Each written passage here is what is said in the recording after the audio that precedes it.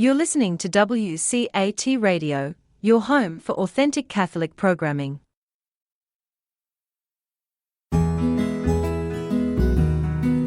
Welcome to the Catholic Mama, where you'll learn how to deepen and defend your faith, find comfort as we share the vocation of parenthood, and learn how to raise your children confidently Catholic. I'm your host, Christine Mooney Flynn. Let's get started. Hello and welcome back to the Catholic Mama podcast. I'm your host, Christine Mooney Flynn. Thanks for joining me today on this episode where I'm also joined by Jeannie Ewing, who has been on the show a couple of times and has consistently been one of my most downloaded podcast guests. Jeannie is a Catholic wife and mother, the author of books such as Parenting with the Beatitudes, For Those Who Grieve, From Grief to Grace. She is the person to talk to about grief and suffering. And my goodness, aren't we living that reality in our world in the past couple of months, especially. But Jeannie, thank you so much for joining me again today. I'm super excited to be with you again, Christine. It's always nice. You know, I think we technically live pretty close together, and maybe one day we'll be able to meet in person. I sure hope so. We were supposed to, but then I gave birth. I know. Well, that happens. You never know when that's going to happen. Oh boy. But so I think this is the third time that you've been on the show, and I always love talking to you, but if somebody has not heard of our previous podcast together, would you mind giving an introduction a little bit more developed than what I just gave of yourself? Oh, about me. Okay. So I have been married to my husband, Ben, for about 13 years. We have 5 kiddos, ranging from, Felicity is 9.5, Sarah is 7, Veronica is 3, Joseph is 18 months, and Augie is almost 6 months. So we've got let's just say the spacing of our children was totally up to God and not up to us. So Sarah has a rare craniofacial condition called Apert syndrome. That's kind of how I got into doing interviews and writing and things like that. And actually September is Craniofacial Awareness Month, so I'll be promoting certain interviews that I've done about that, about her syndrome. And I do have 7 books, so you listed some of them, and most of them are about grief. I do have a background in counseling, so I have a master's degree in technically school counseling, and most of my classes were advanced psychology classes. So I did take counseling skills and group dynamics and cultural issues in counseling and things like that. So I think that's kind of the lens through which I see the world and how I understand humanity and also my faith. And I think it's kind of a beautiful thing that I have that experience and expertise, because it blends so nicely with the way I can see how others are grieving. So I can understand the psychology behind it, but I can also understand the spirituality behind it. And I think that we need to blend the two of those things. So that's a very good point. You can't just do one without the other, especially the counseling without the spirituality. Absolutely. Well, and then vice versa too. So for instance, you mentioned COVID, and I know we were going to talk about that, but here's an example for you of the opposite. I have a good friend. She comes from a really big Catholic family, very devout, generations back. She and her husband have 5 kids. And her mom was telling her one day that her brother, who clearly has a mental illness, and the way she was describing it to me, I think it was obsessive compulsive disorder. Her mom said, well, he just needs to talk to a priest. That's all he needs. And it's like, yeah, that would benefit him, but he also needs to go to a psychiatrist. He probably needs medication. He probably needs to see a counselor who specializes in obsessive compulsive disorder. And so that's what I'm saying. There's this polarization, I think, in every facet of our culture. And it's easy, I think, to go from one end to the other instead of trying to find that balance or that blend, like I was saying. And that's really where God dwells, I think, because God is not an either or. That's not how he operates. Yeah. Sometimes obviously, I'm not talking about absolute truth. I'm talking about where he exists in our lives. So if we are persons who are composites of mind, body, and soul, And we can't really like compartmentalize those things. We can kind of explain them, right? We can kind of explain the brain or the human behavior, or we can explain the theology of the soul, and we can explain the physiology of the body, but it operates as one, right? And so that's what I'm saying. I'm saying that I think it's really important, and that's kind of the approach that I take to grief, is that it's not just about our faith, and it's not just about understanding ourselves and the way we think and the way we feel, but it's about how do those two things go together? Because God lives in both our psyche and our souls. Yeah, that's a really good point. So we are going to go deeply into, or at least as deeply as our short time together can allow, into that idea. Let's talk about grief real quick. Do it all. Yeah. Not exactly a quick 25 minutes. Yeah. And I said this right before we pressed record on our time here together, but that I was thinking the other day that I feel like I'm going through a grieving process about the way we were, up until a few months back, just being able to walk out of the house without a mask on, or worried about what we might catch from other people, or anything from like rioting to looting or whatever. Yeah. Grief of what the life that we used to have. How do we, I thought, well, you know what? I'm not the only one that's feeling like this. I've gotten tons of messages from people feeling, not going to the point of despair, but feeling a deep sadness. And it sounded like we were, the grief of somebody mourning the death of the life that they once knew. Sure, certainly. I thought of grief, and I thought Jeannie. So yeah. Yeah, you're spot on. I think that's the most important thing that we should begin with, is that people need to recognize that grief isn't just about mourning the loss of a person. It is also any devastating loss that can include a dream or a lifestyle even that you have, or you can even grieve something that's not yet happened, or that you wish would happen, or that you hoped would happen. So for instance, when Sarah was born, I grieved the daughter I thought that she was going to be. And then now with COVID, all of us were kind of going through our normal lives in the very beginning of the year. And then it was like snatched from us, like completely. And it was on a daily basis. We were getting totally new information. Everything was changing so rapidly. And I think that most of us in the United States and Western world anyway, we don't really do well with change and uncertainty. We want to control our lives. We want to be able to plan. We want to be able to prepare. And that's not bad. That's good. But at the same time, I think one of the many things that maybe God has been trying to teach us with COVID is that we have to be able to find a way to live within the questions that have no answers right now, within the uncertainty, within the ever-evolving world that is going to look completely different than it did before COVID. And how do we navigate that? Well, I think that it's comparable to the way I learned to navigate life when Sarah was born.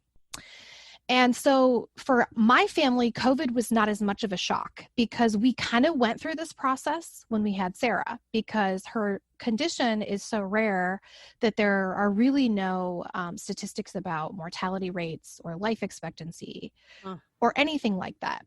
And so there were moments after she was born where I would really panic, because I thought, is she going to die in her sleep? Because I would hear of this in the APRIC community. We are very tight-knit all around the world because there are so few people and so few families that understand it. So every time there's a death, we hear about it. And often that sounds familiar. Yeah, I mean, few months, right? Yeah, exactly right. Exactly. So with COVID, it's like I felt kind of like I was reliving a little bit some of this, but it wasn't as harsh as it was in the beginning with Sarah. So how I learned to navigate just the uncertain terrain of life and death, and trying to be able to find some peace and some contentment and joy, is that first of all, I feel like we all need to acknowledge the way we feel, whether it's anxiety or it's depression or it's panic or it's sadness. We have to recognize what that feeling is and accept it. And then we need to sit with it for a while, bring it to prayer, but don't let it fester. Don't let it become this dark place where you can't get out of. And if that happens, then you really need to get help, which is fine if people need to find, a psychiatrist or a counselor to help them through that psychologically. Sure. But my point is that navigating life now in this COVID world, and hopefully someday post-COVID world, we have to all learn how to sit with our dark emotions that are painful, and then also say, what can I find out about this day that is beautiful? And if I can't find anything beautiful, how do I create beauty? How do I make something that is good, beautiful, and true? And that is super grounding for me. So whenever I would find myself after Sarah was born, when I would find myself panicking, oh my gosh, she's going to die. What am I going to do? I got to, am I appreciating her today and all this stuff. And then when you start to think like that, and we can use that analogy for COVID, can't we? So if someone we know that has a compromised immune system or is older catches COVID, and then sometimes it really quickly takes their life, right?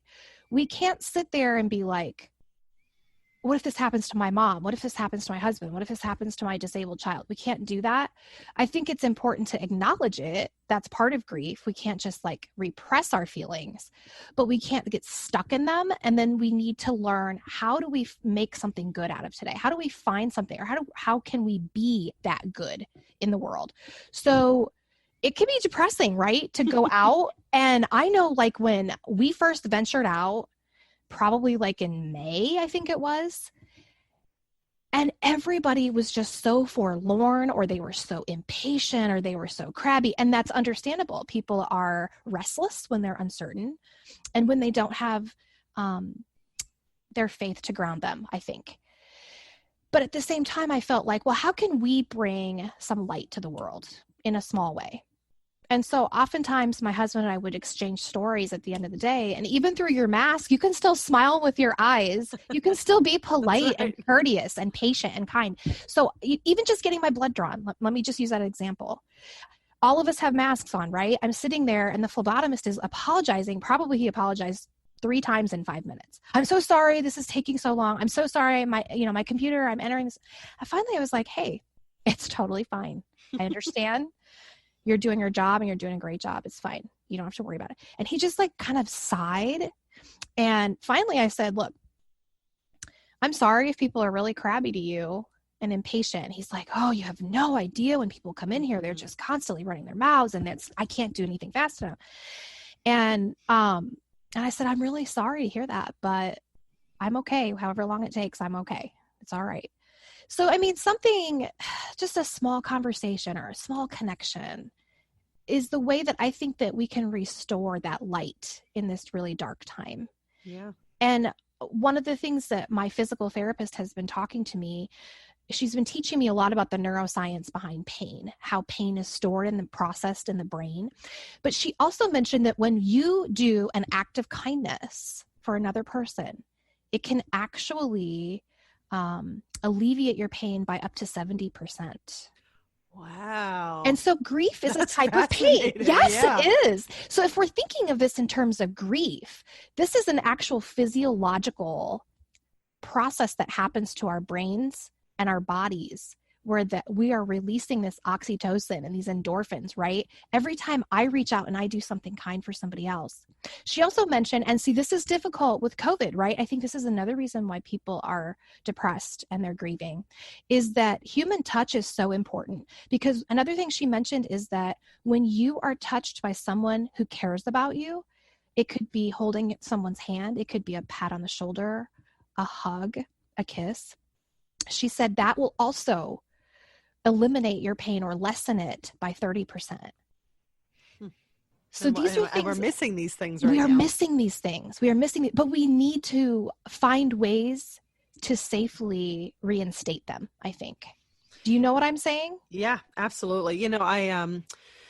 I can't remember. I think it was back in May, because we started our homeschool year early last year. So we were ending early as well. And it was sometime, I think maybe it was earlier than that. But I just remember at one point we just stopped doing school because I was really sad.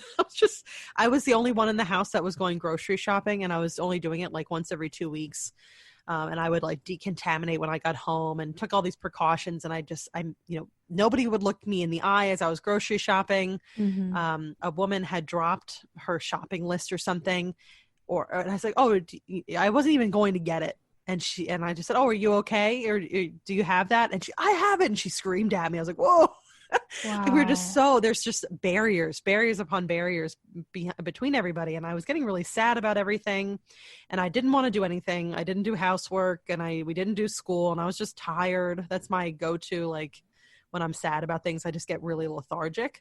Mm-hmm. It's always been my, my symptom of just intense sadness is lethargy. And I was starting to feel bad about it because it was like a week and a half that we didn't do school. And I was just kind of laying on the couch and the kids were watching too much TV. And then I thought, well, you know what?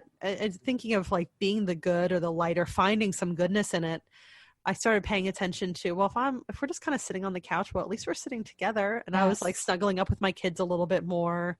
And then slowly that touch and that connection and not wallowing, but being okay with it. I was sad, but finding some good in it, which was me getting to be closer to my children, even if their brain cells were getting knocked off one by television. It was still this together time, and slowly just realizing that I didn't have to fix everything and be my normal self and just try to find something good in the middle of all the grief I was feeling. It did go away, and I actually came out of it. Even when, I didn't expect it to end anytime soon, but it actually did. Once I stopped pressuring myself to feel normal and to get back to it, it actually went away a lot faster. Yeah. So with your audience who's listening, I'm sure a lot of the moms can relate to this, because I was seeing in March and April, a lot of things on social media that were very similar to what you just described.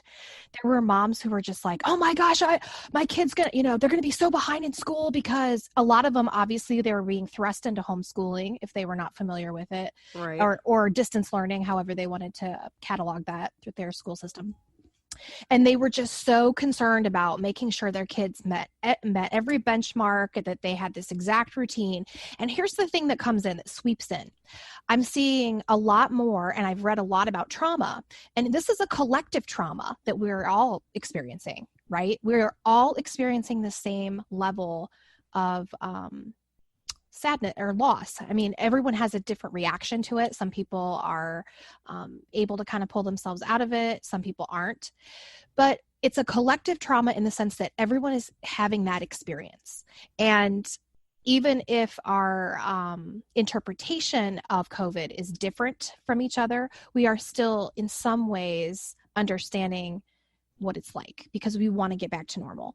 But at the same time, it's like, I think one of the things I was trying to remind myself, because I had a baby like literally the day before Broadway went dark and Disney World closed, literally the day before. My daughter came home from school the day that we came home from the hospital, and she never went back until like 2 weeks ago. And so I was trying to remind myself, and I was trying to remind these other mamas, this is the time to be gentle. This is the time to be gentle with ourselves. It's okay if your kids get up at 9:30 in the morning when they're normally getting up at 6:30. It's okay if one day that's what they do and the next day they get up at 7, and sometimes they're in their jammies for a couple hours, and sometimes you're scurrying around to get, one thing done. Maybe all they got done that day was math. Maybe you didn't do any formal academics and you feel guilty, or you feel like they're going to get behind or something's wrong. Well, really what you're experiencing is this transitional grief, and that's normal. It's normal to feel that way. And I think one of the other things too, Christine, is that for giving ourselves that space and that grace during this time, we also have to recognize that there are seasons of grief. So we were kind of talking about this before we recorded. So sometimes we might find ourselves like you did, where you're in this really tough place and you recognize how grief manifests itself for you. You said lethargy for you. So we each have to recognize how grief happens to us in the body, in the brain, and how we behave. But then we also have to say, even when we're in a season where we're like, oh, I think I've got things together, I think everything's going well, we have to recognize that there might be something that comes around the corner unexpectedly that plunges us back into that hard place.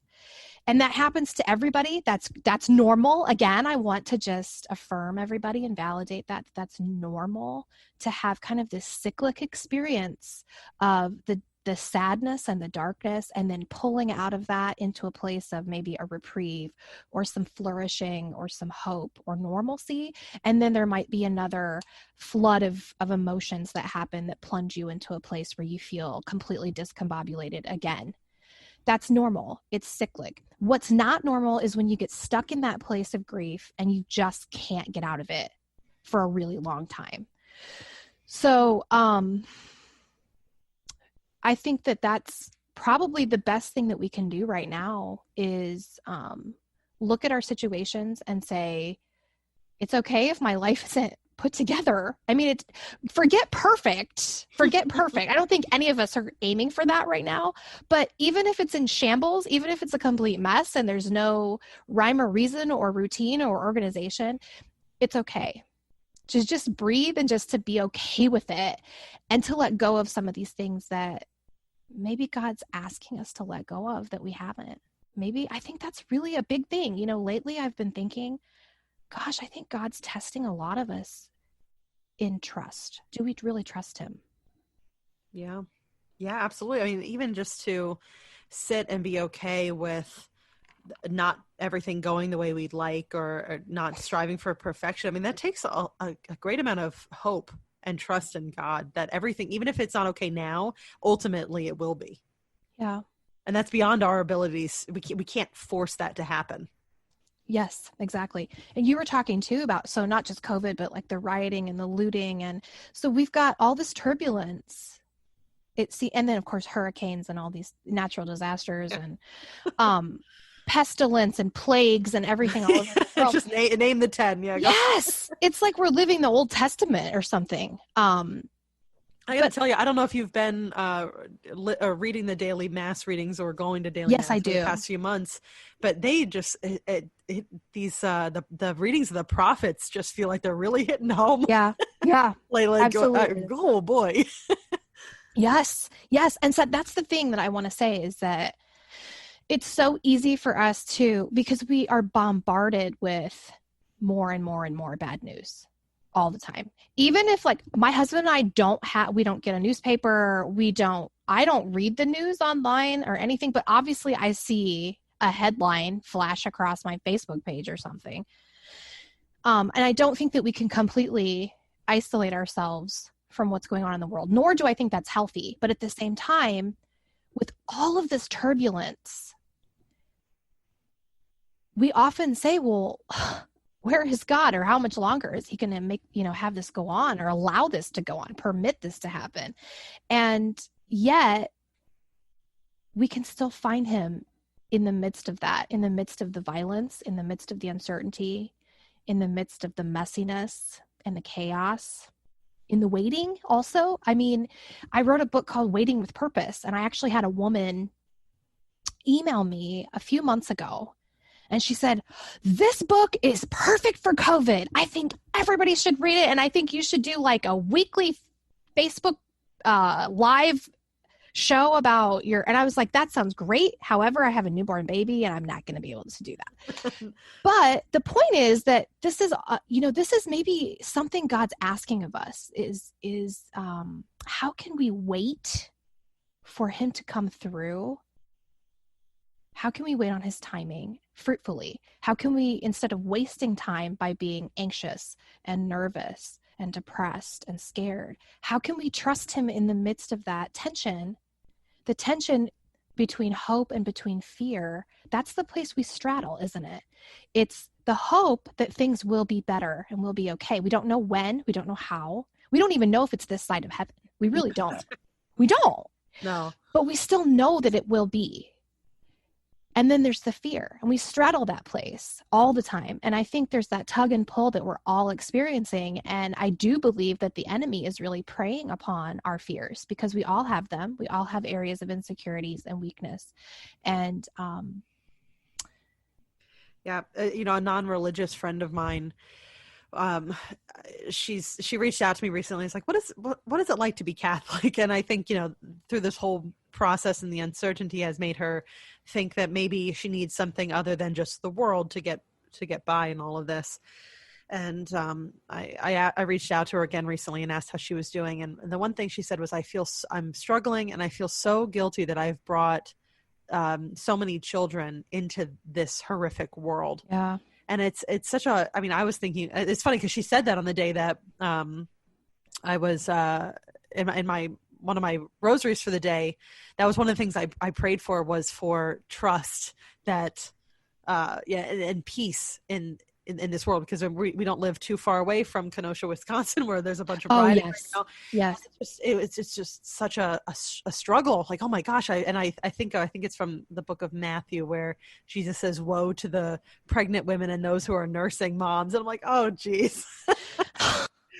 So, but unlike my unreligious friend who, hopefully through the prayers that I've been giving her and her own seeking, she'll come here to the faith, is that I do have this hope that even if on this side of heaven things aren't rectified, there is ultimate mercy and justice, and we have a loving God who will wipe away all tears. Yes.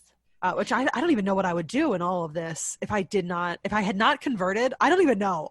You don't even know where you'd be. Right. Exactly. Yeah. A very dark place. I mean, it's hard enough for those of us who do have faith that to me, it seems insurmountable if you didn't.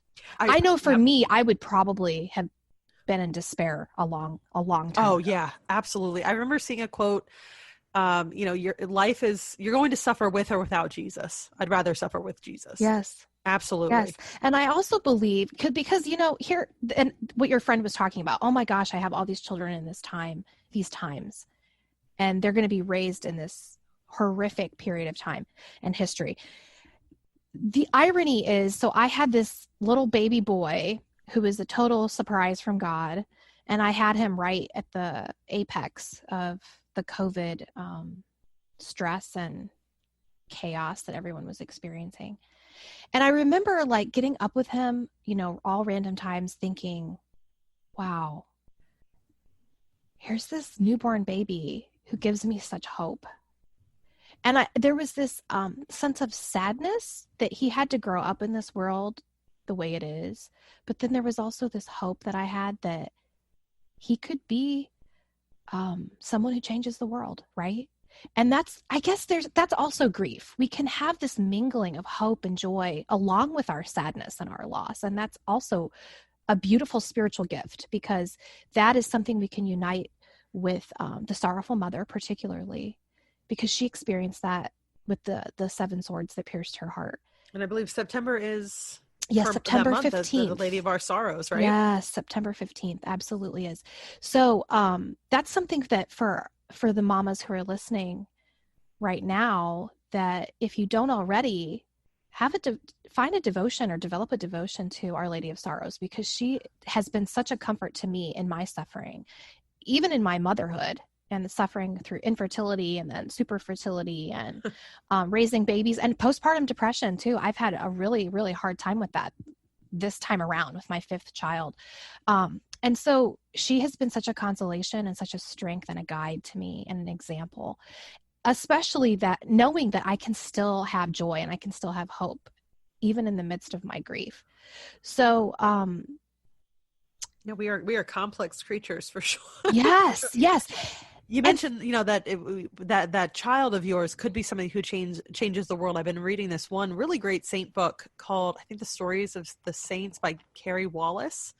And it's each saint is treated in about 2 or 3 pages. The illustrations are really cool and kind of mythological.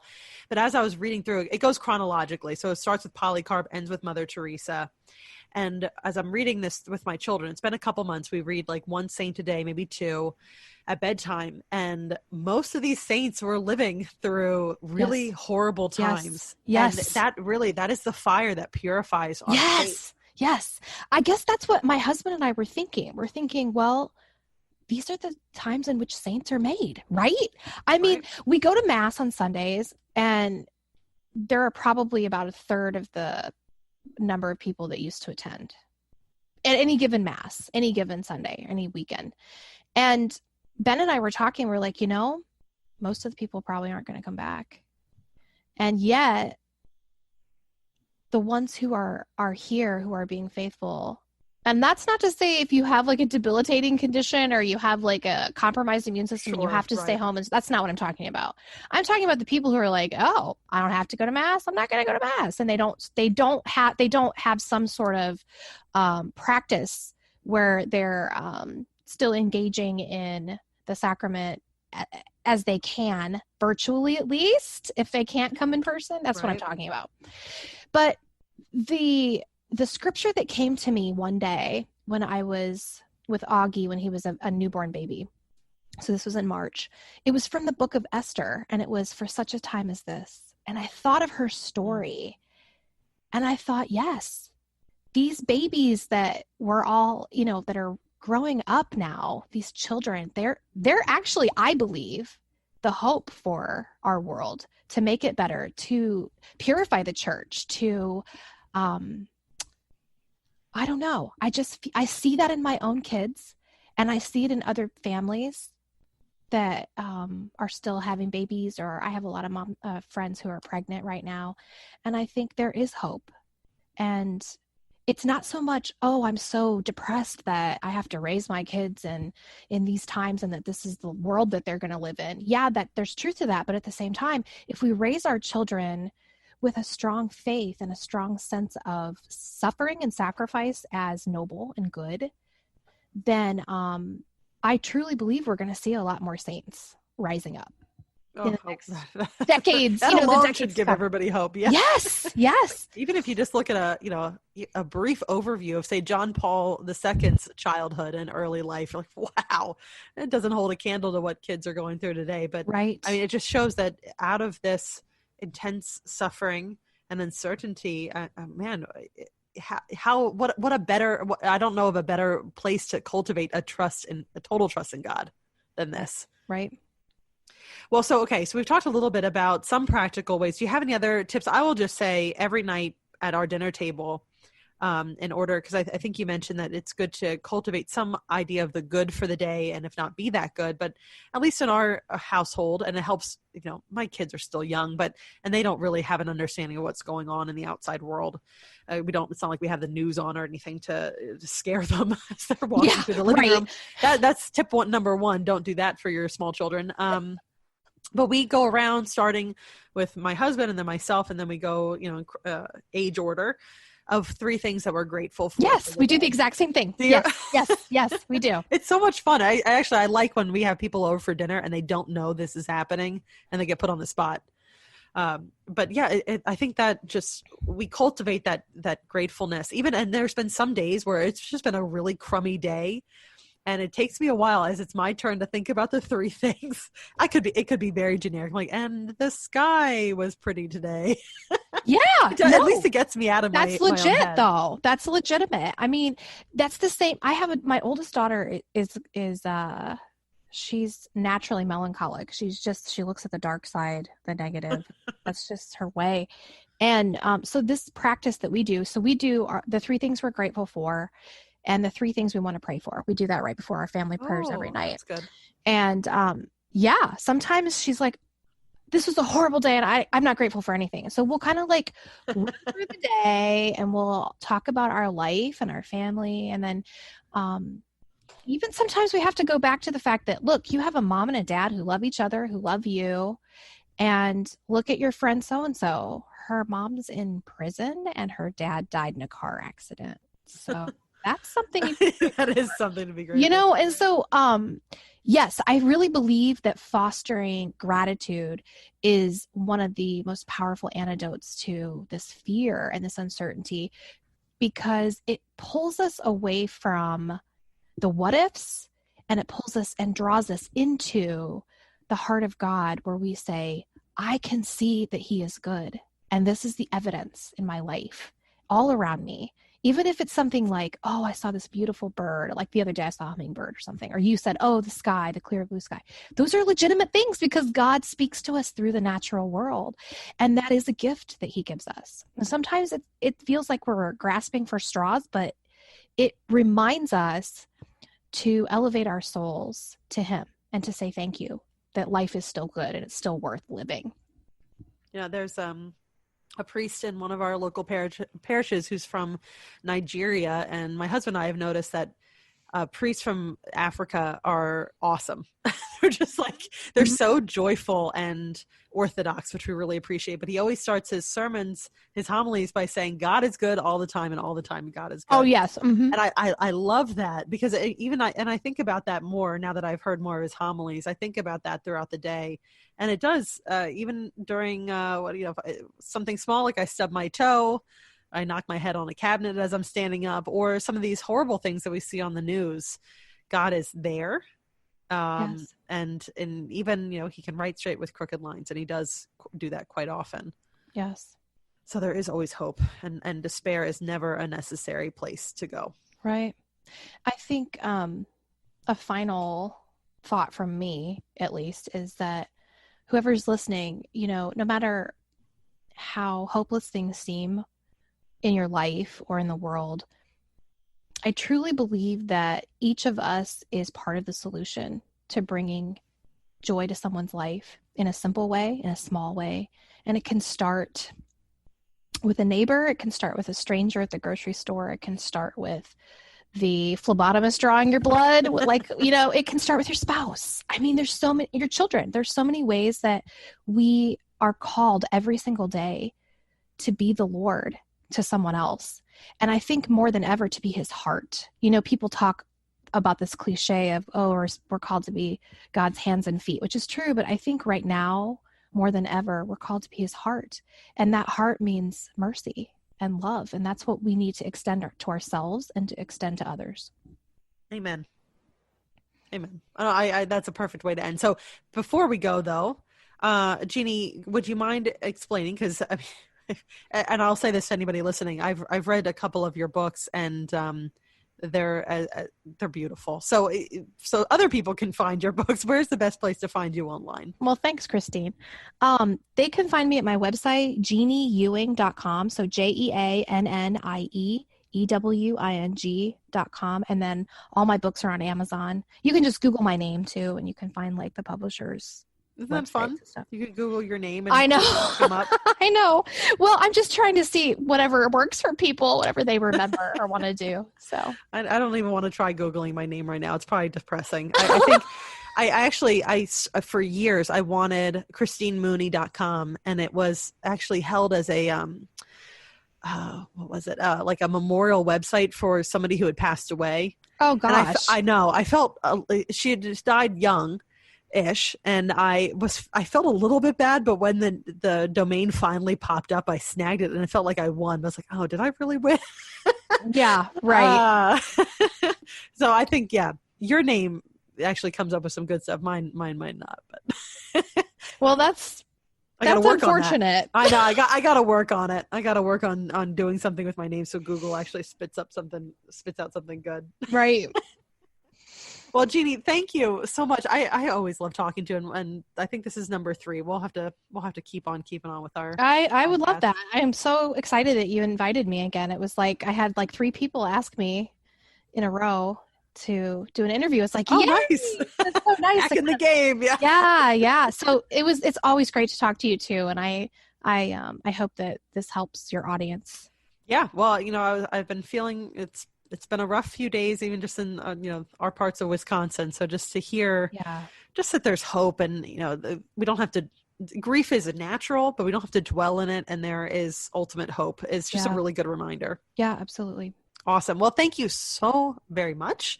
And for everybody listening, I will put in the show notes. I'll put Jeannie her website, as well as where to find her books. So just to make it easier than gallivanting throughout the internet. I guess that's it. Thank you so much. And I do hope that everybody listening is processing whatever emotions, the big emotions that we're all going through collectively, and using it for something good, because God is good all the time, and all the time God is good. Amen. Don't forget to head over to thecatholicmama.com to get your free copy of How to Talk to Your Kids About God. This handy little ebook will teach you how to broach the topic of God with your children, or how to respond to your kids when they want to talk about God.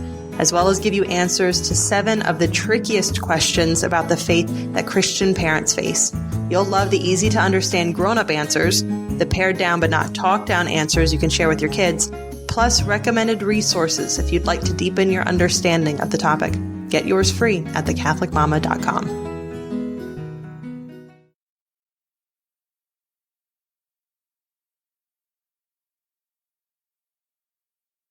Thank you for listening to a production of WCAT Radio. Please join us in our mission of evangelization. And don't forget, love lifts up where knowledge takes flight.